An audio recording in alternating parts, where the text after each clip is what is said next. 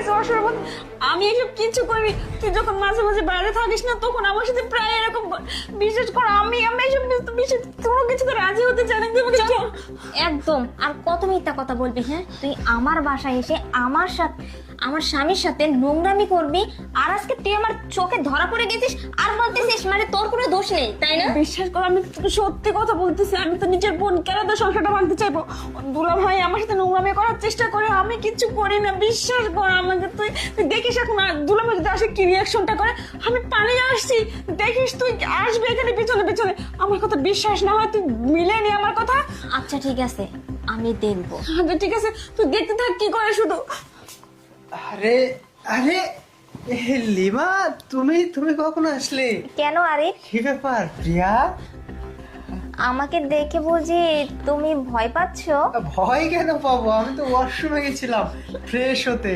আচ্ছা ফ্রেশ হয়েছিস, এক কাজ করো, তোমার বোন যেহেতু আসছে তাহলে কিছু বাজার সদাই করতে হবে। আমি বাজারে গিয়ে কিছু বাজার কি করে আসি। আর তুমি এক কাজ করো, তুমি তোমার বোনকে নিয়ে একটু বেডে যাও।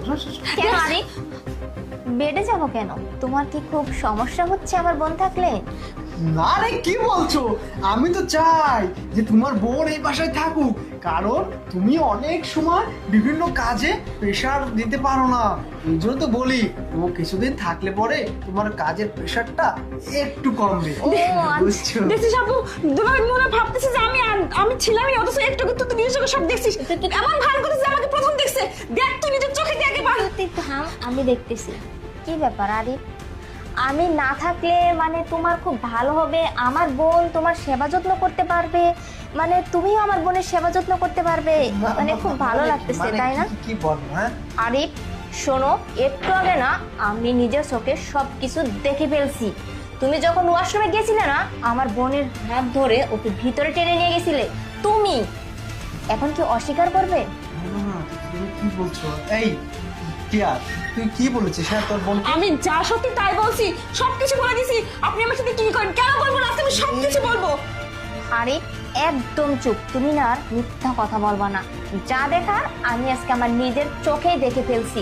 সি, আমার তো ভাবতে লজ্জা লাগতেছে, তুমি আমার স্বামী, তোমাকে আমি কত ভালোবাসি, কত বিশ্বাস করি।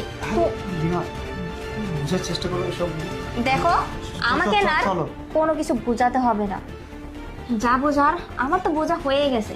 শোনো, আমাকে যেহেতু তোমার ভালো লাগে না, সমস্যা নেই, তোমার বাড়িতে আমি আর থাকতেছি না। আর আমার বোনকেও না আমি নিয়ে চলে যাচ্ছি তোমার সাথে। আমি আর এক মুহূর্ত এই বাড়িতে সংসার করব না, ঠিক আছে? একদম ছাড়ো, আমাকে ছুঁবেও না।